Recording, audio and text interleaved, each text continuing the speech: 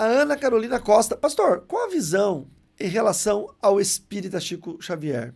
Ele era usado por demônios, voluntário ou involuntário? Voluntário.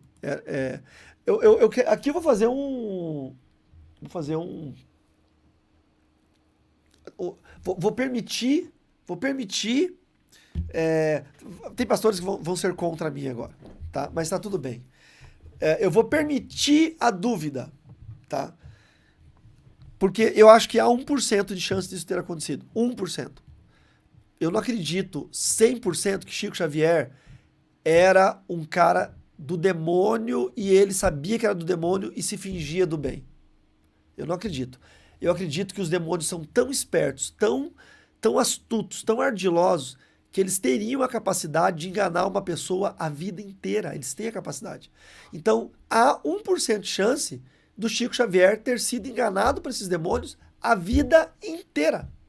E morrido e ido para o inferno sem saber que eram demônios que estavam enganando ele, que estavam se fazendo passar por espíritos de luz. A Bíblia diz que Satanás se disfarça de anjo de luz para enganar os eleitos. Então, eu não vou dizer assim que Chico Xavier sabia que estava falando com um demônio, e aí o demônio falava para ele, ó Chico, fala pro povo que é um espírito iluminado, fala pro povo que é a alma de um ente querido que morreu, e aí o Chico vinha lá e falava, olha gente, isso aqui é um ente. Eu acredito de verdade que ele poderia sim estar sendo enganado por demônios. Então isso me dá muita pena, muita tristeza no coração, porque da mesma forma que ele era um religioso super empenhado na defesa do espiritismo, se ele tivesse se convertido, ele teria sido um religioso muito empenhado na defesa do evangelho. Então, para vocês verem o nível de astúcia de Satanás, como que ele é inteligente, esperto, ardiloso, e ele consegue enganar as pessoas. Eu não acredito, de fato, que tem... posso falar de mim? Eu era enganado por Satanás.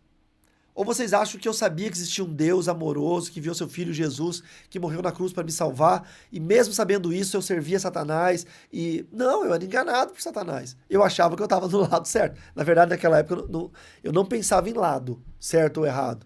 Não tinha esse pensamento.